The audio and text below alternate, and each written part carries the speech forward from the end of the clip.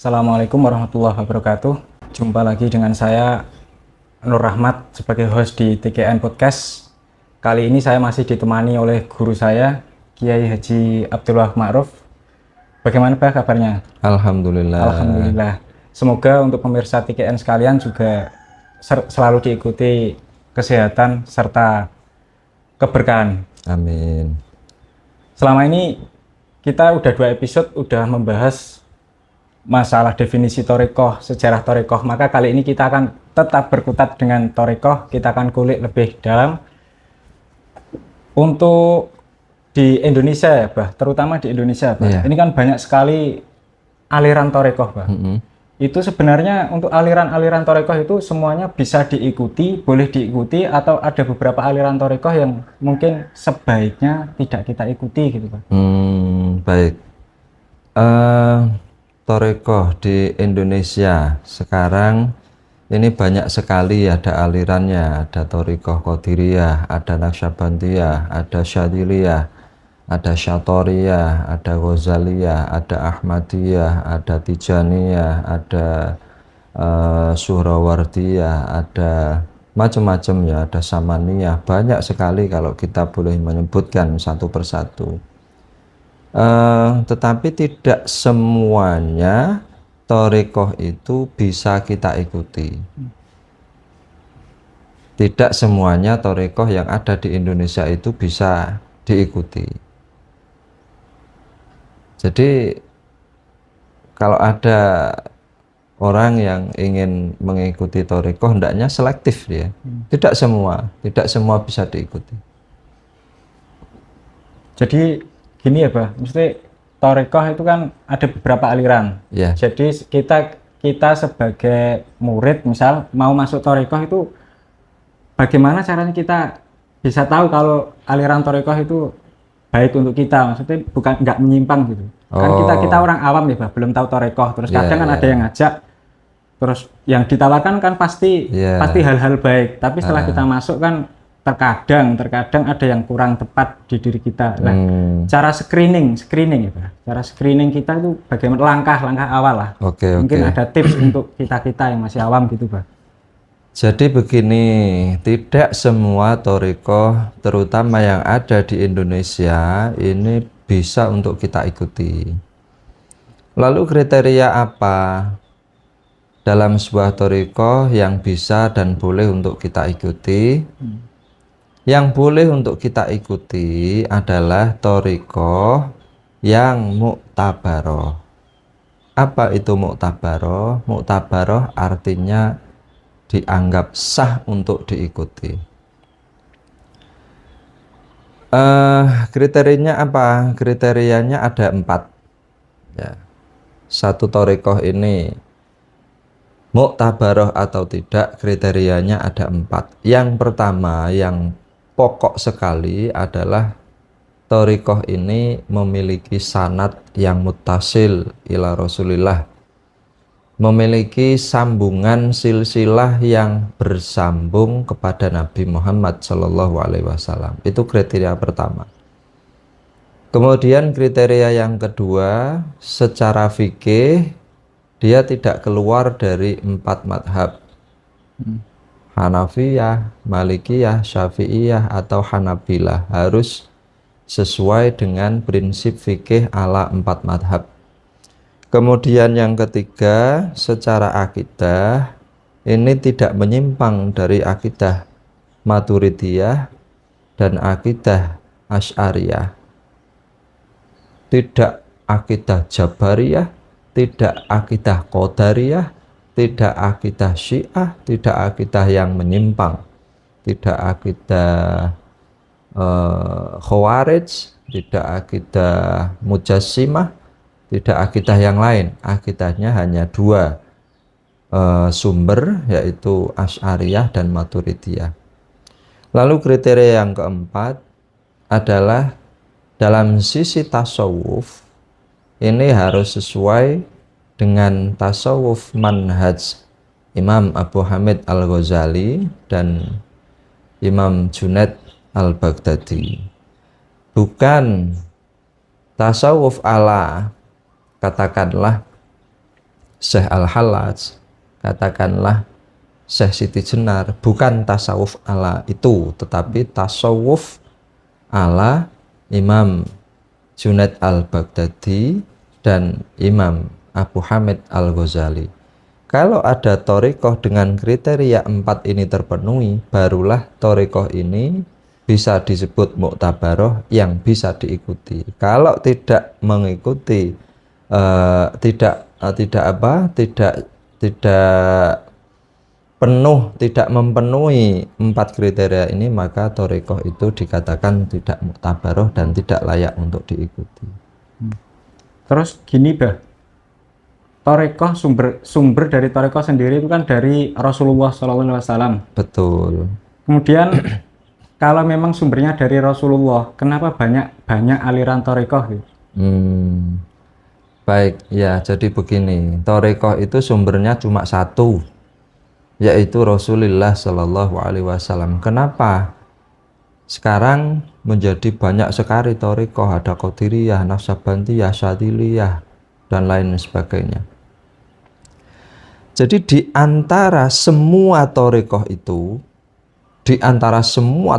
asal muktabaroh ya, asal muktabaroh, saya bisa pastikan isi dari zikirnya itu sama. Saya bisa pastikan, baik itu Qadiriyah, baik itu Syadiliyah, baik itu Tijaniyah, baik itu Suhrawardiyah, baik itu Ibrahimiyah, baik itu Idrusiyah, baik itu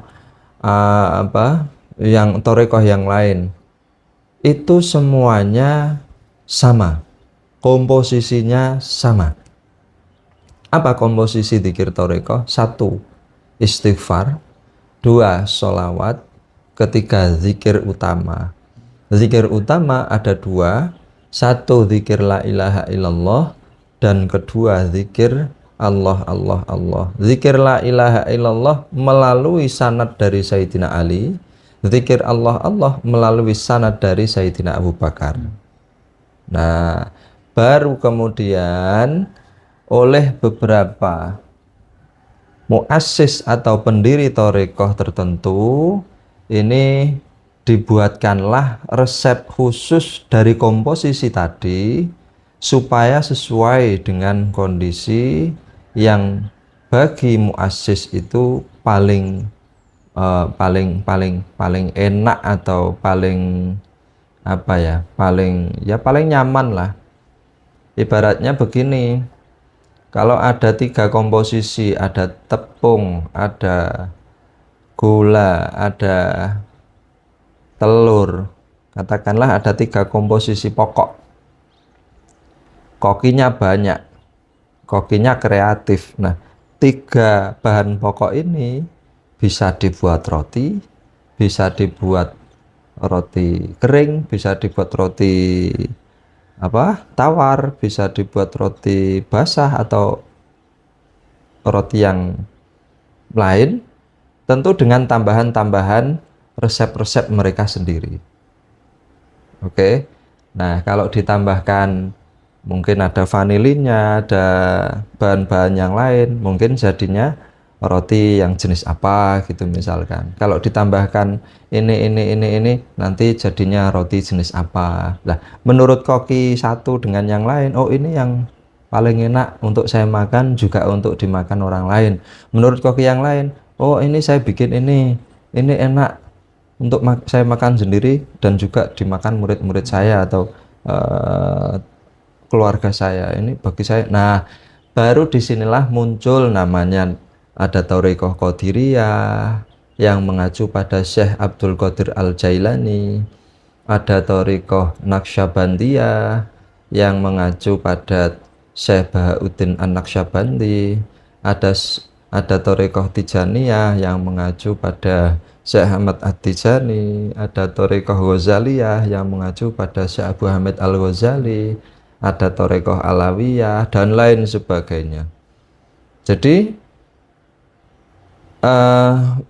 thariqah yang banyak namanya, banyak alirannya, itu hanya sebetulnya resep dari muassisnya saja yang apa istilahnya ya, yang memberikan sentuhan-sentuhan kecil yang khas dengan thariqah tersebut. Tapi pada dasarnya saya jamin semua thariqah yang ada, baik aliran ini, aliran ini, aliran ini, itu semua sama saja.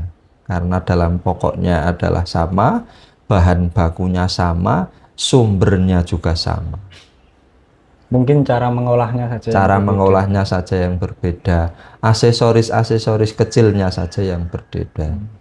Itu yang menjadikan thariqah itu banyak namanya, banyak alirannya, banyak namanya. Terus kemudian tadi kan gini bah, misal sumbernya sama, cara mengolahnya yang berbeda, terus Iya. kemudian sebenarnya tujuan dari thariqah sendiri itu apa? Terus apakah tujuan dari thariqah dari masing-masing aliran tadi sama ataukah berbeda? Oh gitu. Ya baik. Tujuannya, oke, lebih spesifik lagi kalau saya bisa sampaikan, dari sekian banyak thariqah yang ada itu tujuannya sebetulnya sama. Apa tujuannya? Tujuannya itu ingin mendapatkan ridho dari Allah Subhanahu wa Ta'ala dan ingin selalu dekat dengannya. Itu yang paling pokok. Semua thariqah apapun tujuannya sama, yaitu satu, ingin mendapatkan ridho dari Allah dan selalu merasa dekat dengannya. Itu yang tidak ada satupun thariqah yang beda, semuanya sama tujuannya itu. Kemudian gini bah, kalau untuk tujuan thariqah kan udah jelas sama tadi ya bah, ya untuk tadi untuk mendekatkan diri sama Allah, terus kita itu kadang kesulitan gitu loh bah, kan setiap orang berbeda-beda, jadi untuk mencapai tujuan thariqah itu sendiri, itu setiap orang kan pasti jalannya beda-beda bah. Mungkin dari Abah sendiri bisa meluruskan, bisa menunjukkan sebenarnya bagaimana sih kita mencapai tujuan dari thariqah itu sendiri. Baik. Semua thariqah memiliki tujuan yang sama, yaitu ingin mendapatkan ridha Allah dan selalu merasa dekat dengannya. Saya sebelum menjawab pertanyaan sampean, lebih dulu saya ingin menjelaskan begini, supaya orang itu ngerti ya, kenapa kok ridho Allah dan selalu merasa dekat dengannya itu sangat penting sekali, sampai tidak ada satupun thariqah yang tidak memiliki tujuan demikian. Semua thariqah pasti ada doa ilahi anta maksudi waridho kamatlubi. Tuhanku, engkaulah tujuanku, ridhomu adalah yang aku cari. Aktini mahabbataka wa ma'rifatak. Intinya semua thariqah memiliki tujuan yang sama, yaitu mencapai ridho Allah dan selalu merasa dekat dengannya. Kenapa ini menjadi begitu penting? Karena saya analogikan begini, kalau seseorang mendapatkan rasa ridho, mendapatkan rasa suka, mendapatkan rasa puas hati dari orang lain, katakanlah orang tua memiliki ridho kepada anaknya, ya kan? Orang tua memiliki puas hati dengan anaknya, berarti si anak mendapat ridho dari orang tua. Saya bikin contoh kasuistik begini, katakanlah nanti Lebaran, ini kan mendekati masa Lebarannya. Katakanlah nanti Lebaran, kita di ruang tamu menata jajan cemilan begitu banyak untuk para tamu yang datang berkunjung. Ketika cemilan-cemilan kue-kue ini diocar-acir sama anak sendiri, kira-kira marah nggak itu orang tua? Mungkin marah tapi nggak seberapa, atau mungkin marah cuma ya sekedar ekspresif saja, tidak sampai ke hati. Tapi apabila ada anak tetangga, bukan anak kita, masuk ke dalam rumah, kemudian ocar-acir itu, kira-kira marah nggak itu orang yang punya rumah? Jengkel mungkin. Jengkel. Pasti Anda bisa membedakan bagaimana kalau anaknya sendiri yang ocar-acir, bagaimana kalau anak tetangga orang lain yang ocar-acir. Usianya sama. Anak kecil kan nggak ngerti apa-apa. Iya. Yang satu nggak apa-apa karena dia anak sendiri, yang satu membuat hati jengkel karena bukan anak kita sendiri. Yang satu tidak membuat jengkel karena kita ridho kepadanya. Yang satu membuat jengkel karena kita tidak ridho dengannya. Iya. Bisa ditangkap ya? Bisa. Sehingga kalau kita mendapatkan ridho dari Allah Subhanahu wa Ta'ala, kok umpamanya kita membuat satu kesalahan-kesalahan kecil itu lebih mudah untuk diampuni, untuk dimaklumi oleh Allah ketimbang orang yang tidak mendapatkan ridho dari Allah. Bener nggak? Iya, benar. Jadi umpamanya kita berbuat kesalahan, ini artinya bukan saya menganjurkan untuk berbuat kesalahan, bukan. Tetapi kita ketika membuat kesalahan yang tidak kita sengaja atau di luar batas kemampuan kita, namanya juga manusia, biasa lagi. Bukan nabi, kalau nabi gitu maksum, terjaga dari dosa. Kita jangankan nabi, wali aja enggak, jangankan wali, ya, manusia biasa kita ya. Maka dari itu penting sekali untuk kita mendapatkan ridho dari Allah Subhanahu wa Ta'ala. Agar apa? Agar ya itu tadi, paling ini bicara untuk awam-awam aja ya. Bicara awam-awam aja, yaitu ketika kita berbuat kesalahan kepada Allah Subhanahu wa Ta'ala, ini besar kemungkinan kita dimaklumi dan diampuni oleh Allah Subhanahu wa Ta'ala, karena Allah meridhoi kita, karena Allah mencintai kita.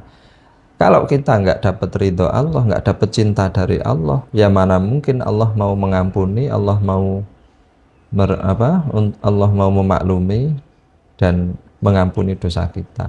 Saya kira itu menjadi bahan renungan yang cukup signifikan, bahwa kita itu butuh sekali kepada ridha Allah. Ridha Allah berada di atas segalanya.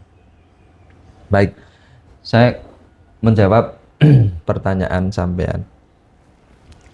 Tujuan thariqah dari sekian banyak thariqah itu adalah untuk mencapai ridha Allah. Lalu bagaimana kita mendapatkan ridho dari Allah, kan begitu? Tiap thariqah memiliki cara masing-masing, yang mana cara itu apabila saya amati itu sebetulnya sama.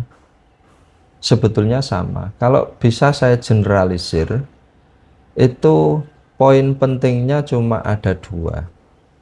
Untuk dapat mencapai ridha Allah itu poin pentingnya ada dua. Apa poin pentingnya? Poin pentingnya adalah kembali kepada makna mubayaah.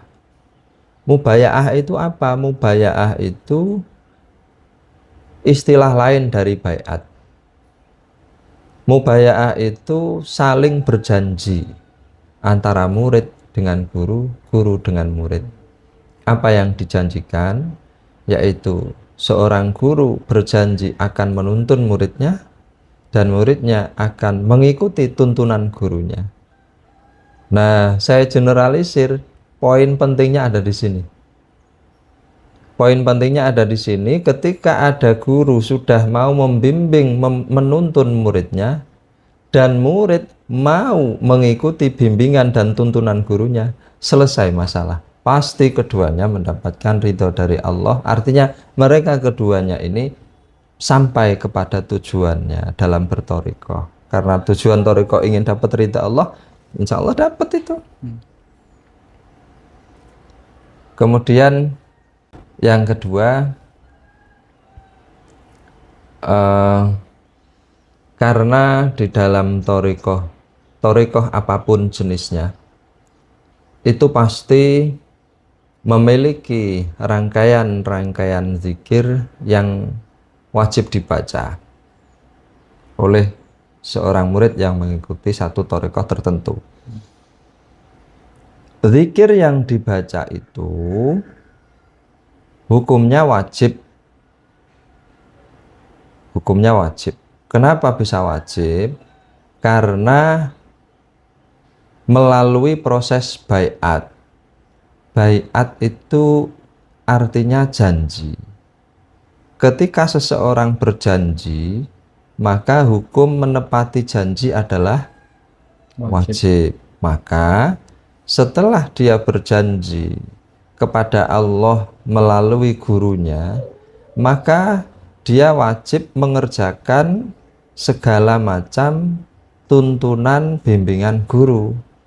Seorang guru membimbing atau menuntun untuk membaca zikir tertentu dengan jumlah tertentu di waktu tertentu, maka rangkaian zikir yang diajarkan oleh seorang guru tadi menjadi wajib. Nah, dari sini karena hukumnya itu menjadi wajib, maka pahala yang akan dia dapat juga luar biasa besar. Saya ambil analogi begini. Kalau ada orang yang melakukan sholat tahajud sampai 1000 rakaat, itu luar biasa nggak? Ya, Luar biasa kan? Nah, tapi kalau dia tidak sholat subuh, kira-kira nih 10.000 rakaatnya tahajud bisa nggak dia pakai untuk menjadi ganti dari sholat subuh? Tidak bisa, Pak. Soalnya ibadah sunnah nggak bisa menggantikan ibadah yang wajib ya. Oke, di situ titik temunya. Jadi zikir thariqah itu meskipun sedikit saja kita baca, karena zikir ini berstatus hukum wajib, maka nilai pahala, nilai sirinya itu besar sekali. Nilainya besar sekali. Sehingga kita bisa memahami ketika orang yang belum berthariqah, katakanlah berzikir la ilaha illallah sampai 100.000 kali atau 1 juta kali mungkin. Kemudian ada orang yang sudah berbaiat thariqah, baca la ilaha illallah hanya 100 kali kalau dalam thariqah syadiliyah, atau 165 kali kalau dalam thariqah qadiriyah. Kira-kira nih 165 kali yang sudah baiat dengan 100.000 kali yang dibaca oleh orang yang belum berbaiat, kira-kira bobotnya lebih berat mana? Mungkin lebih berat yang itu, Bah, yang 100 atau 165 Lebih berat kali. Iya, lebih berat yang sudah berthariqah. Kenapa? Karena kalau sudah berthariqah, dia itu sudah berbaiat. Jatuhnya ibadah wajib. Ibadah wajib. Meskipun sholat subuh hanya 2 rakaat, ini pahalanya tidak bisa tergantikan oleh pahala tahajud meskipun dilakukan dengan 1000 rakaat. Dari sini kita bisa memahami bahwa untuk mencapai ridho dari Allah Subhanahu wa Ta'ala, itu yang pertama mengikuti tuntunan guru. Yang kedua, tuntunan guru ada namanya zikir tertentu dengan resep-resep tertentu. Nah, kalau kita mengikuti atau mengamalkan zikir ini, karena zikir ini muatannya sangat besar sekali karena sudah baiat seperti analogi yang sudah saya jelaskan tadi, maka ibarat kita mau ke Surabaya, tujuan kita ke Surabaya. Ya, tujuan kita ke Surabaya. Kita bisa ke Surabaya jalan kaki, naik motor, naik mobil, atau naik jet sekalipun.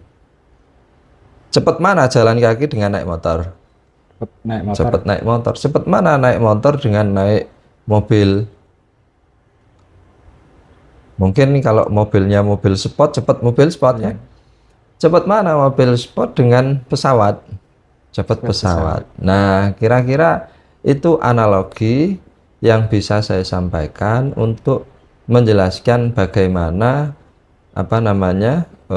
status dzikir thariqah untuk mengantarkan orang dalam mencapai tujuannya.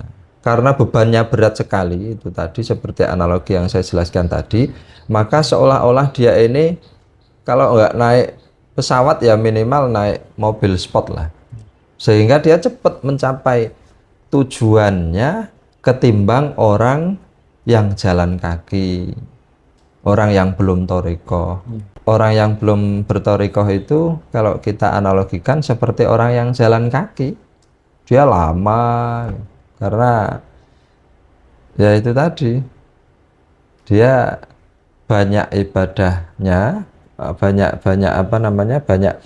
banyak zikir sekalipun itu masih bisa dikalahkan dengan zikirnya orang yang sudah berthariqah. Meskipun orang yang sudah berthariqah itu zikirnya sedikit dalam arti tertentu ya.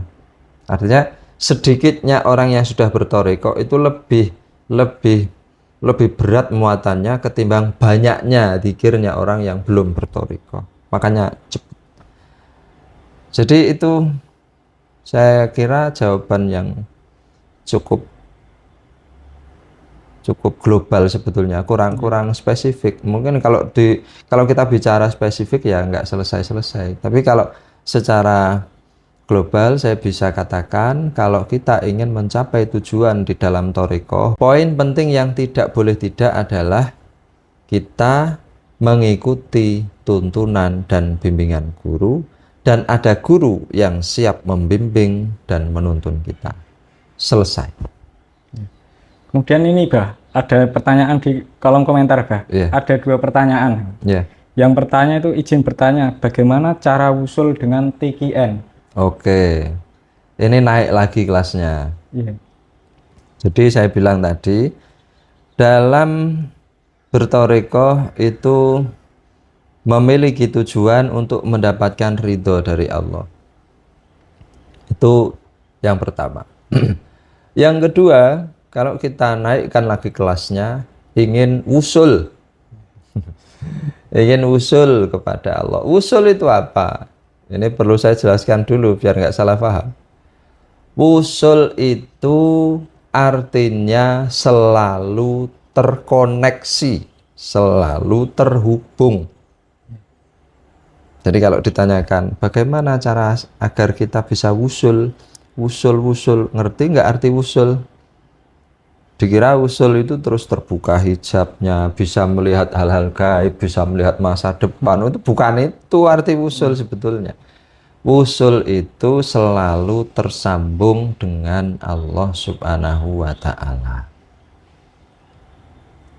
Lalu bagaimana cara agar kita selalu tersambung dengan Allah, agar kita bisa usul seperti yang ditanyakan oleh subscriber itu? Di dalam thariqah kami, Qadiriyah wa Naqsyabandiyah, ada satu kitab yang menjadi pegangan penting bagi kami, yaitu kitab Tanwirul Qulub yang ngarang Syekh Sayyid Amin Kurdi. Apa yang bisa membuat atau mengantarkan seorang murid bisa wusul ilallah, bisa selalu terkoneksi kepada Allah? Ada 3 yang disebut oleh Syekh Amin Kurdi di dalam kitab Tanwirul Qulub. Yang pertama yaitu mulazamah bersama gurunya, mulazamatul jam'iyah. Yang pertama, jadi kalau ada seorang murid sudah baiat thariqah kemudian tidak mulazamah dengan gurunya, mustahil bisa usul. Jadi ini sekaligus ya peringatan atau mengingatkan bagi subscriber yang atau penonton siapapun lah, kalau sudah baiat, mulazamahlah dengan gurunya masing-masing. Karena seorang murid tidak akan mencapai derajat usul apabila tidak mulazamah dengan gurunya. Apabila gurunya tidak bisa mulazamah dengan dia, mulazamatul jam'iyah, mulazamah dalam berkumpul. Misalnya gurunya jauh, di beda provinsi, mulazamalah dengan wakil gurunya. Yang paling dekat siapa? Wakil gurunya atau badalnya. Banyak istilahnya. Kalau di kami istilahnya badal mursyid. Kami sendiri memiliki badal cukup banyak yang tersebar di beberapa wilayah, dengan tujuan murid-murid yang ada di berbagai wilayah itu, kalaupun mereka tidak bisa mulazamah langsung dengan saya, mereka bisa mulazamah dengan para badal yang sudah saya angkat menjadi badal mursyid. Itu hal yang wajib dilakukan. Nomor satu adalah mulazamatul jam'iyah warrobitoh. Mulazamah yaitu selalu bersama dengan gurunya, mengikuti bimbingannya, tidak berpisah dengannya, dan selalu menjaga robitohnya kepada gurunya. Itu yang nomor satu, yang utama.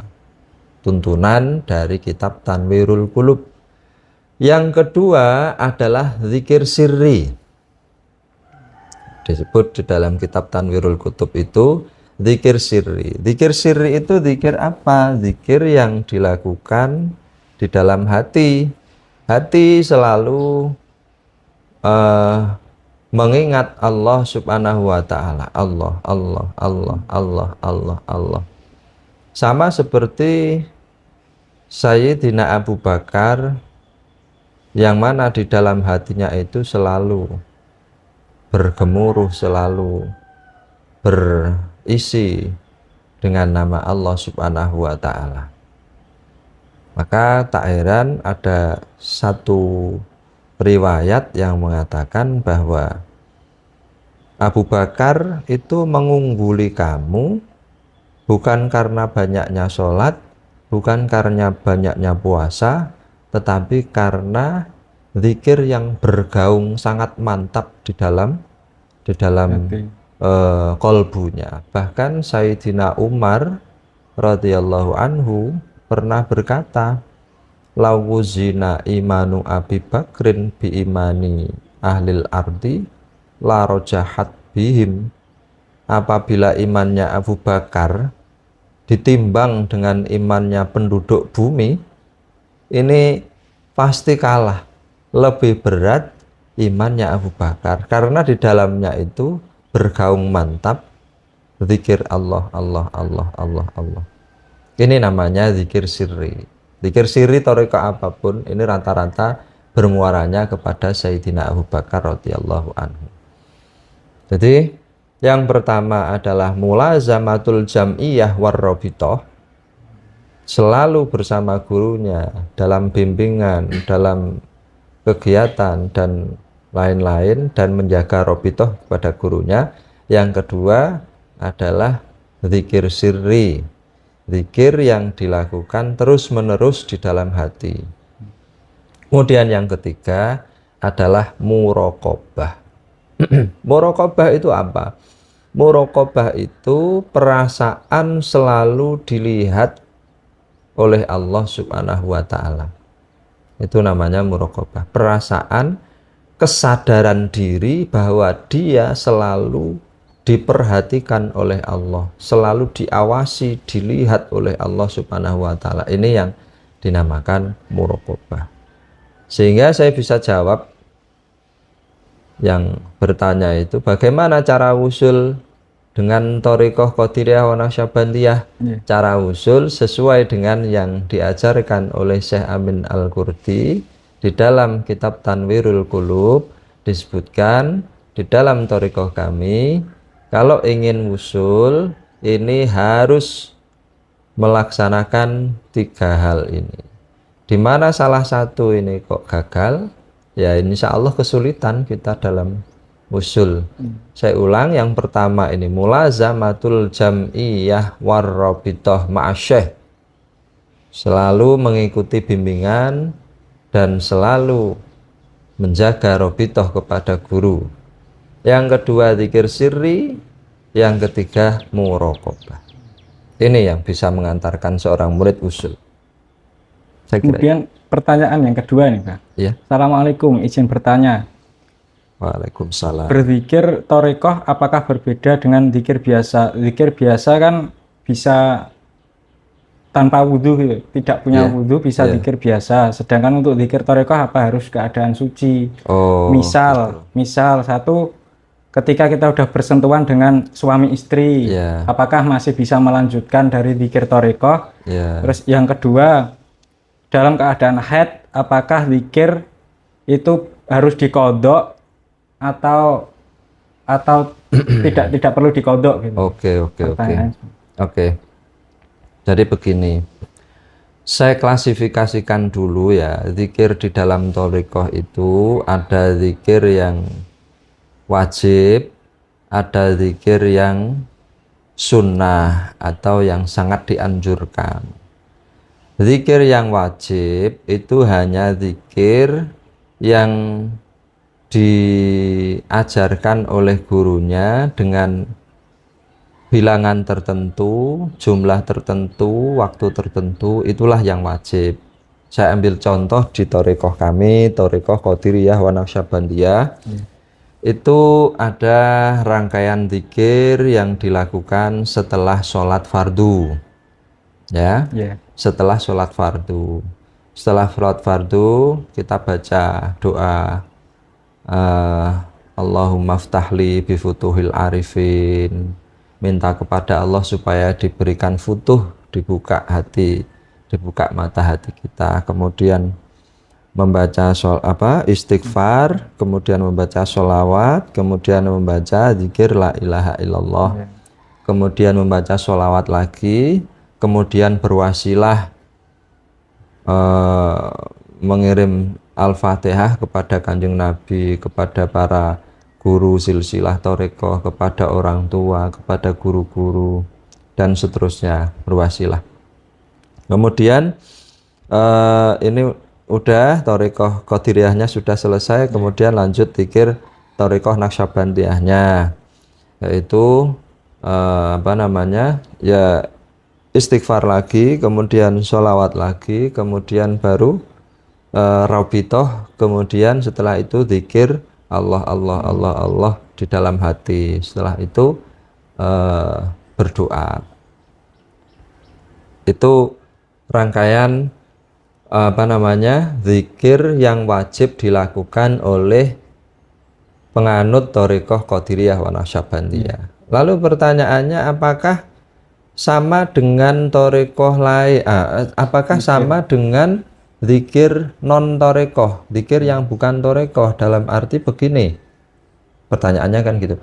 Dalam arti begini, kalau zikir yang tidak thariqah boleh dilakukan tanpa wudhu, lah zikir thariqah itu boleh nggak dilakukan tanpa wudhu? Saya jawab, sebetulnya boleh-boleh saja, tetapi karena kita di dalam thariqah itu selalu menjaga adab kepada Allah Subhanahu wa Ta'ala, kita dituntut atau dibimbing untuk selalu menjaga adab kepada Allah Subhanahu wa Ta'ala. Pantaskah kita menghadap Allah meskipun tidak diwajibkan secara syariat? Syariat tidak mewajibkan, fikih tidak mewajibkan zikir harus wudhu, harus suci dari hadas, itu tidak. Tetapi pantaskah kita yang diajarkan selalu menjaga adab kepada Allah kok meninggalkan adab? Kan nggak pantas. Akhirnya ya ketika zikir thariqah itu selayaknya seharusnya menjaga adab, termasuk menjaga kesucian dari hadas dan dari najis. Makanya kalau ditanya secara fikih bagaimana, tidak ada keharusan harus suci dari hadas. Kalau dari sisi fikih ya. Tapi kalau dari sisi tasawuf, dari sisi thariqah, dari sisi adab, karena thariqah itu adalah tasawuf, tasawuf adalah adab, maka kita menjaga adab kepada Allah itu menjadi sangat penting meskipun secara fikih tidak diwajibkan. Saya tidak bilang wajib harus suci dari hadas, karena itu nyalai aturan. Barang yang tidak wajib kok diwajibkan, itu nyalai aturan. Itu kriminal besar kalau dalam fikih ya. Tapi pertanyaan saya, apakah pantas kita murid thariqah yang sejak awal dididik untuk selalu menjaga adab kepada Allah melakukan hal yang kurang beradab? Jadi zikir dengan cara tidak menjaga kesucian itu kurang beradab. Itu sama seperti misalkan Anda orang top pejabat, katakanlah ada pejabat, nggak usah tinggi-tinggi lah, gubernur lah. Ketika ada orang yang mau menghadap, orang itu masih kotor, kira-kira pantas nggak?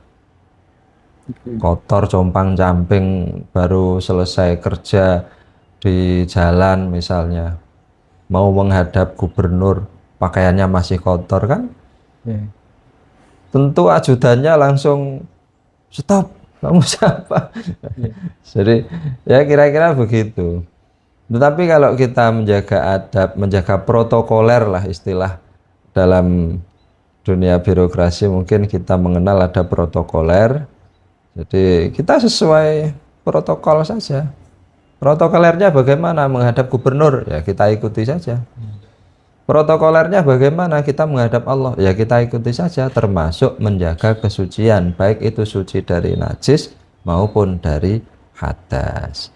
Tetapi perlu saya garis bawahi bahwa secara fikih memang tidak wajib, sehingga apabila dalam kondisi tertentu kita tidak bisa menjaga kesucian, maka jangan lantas zikir itu kita tinggalkan.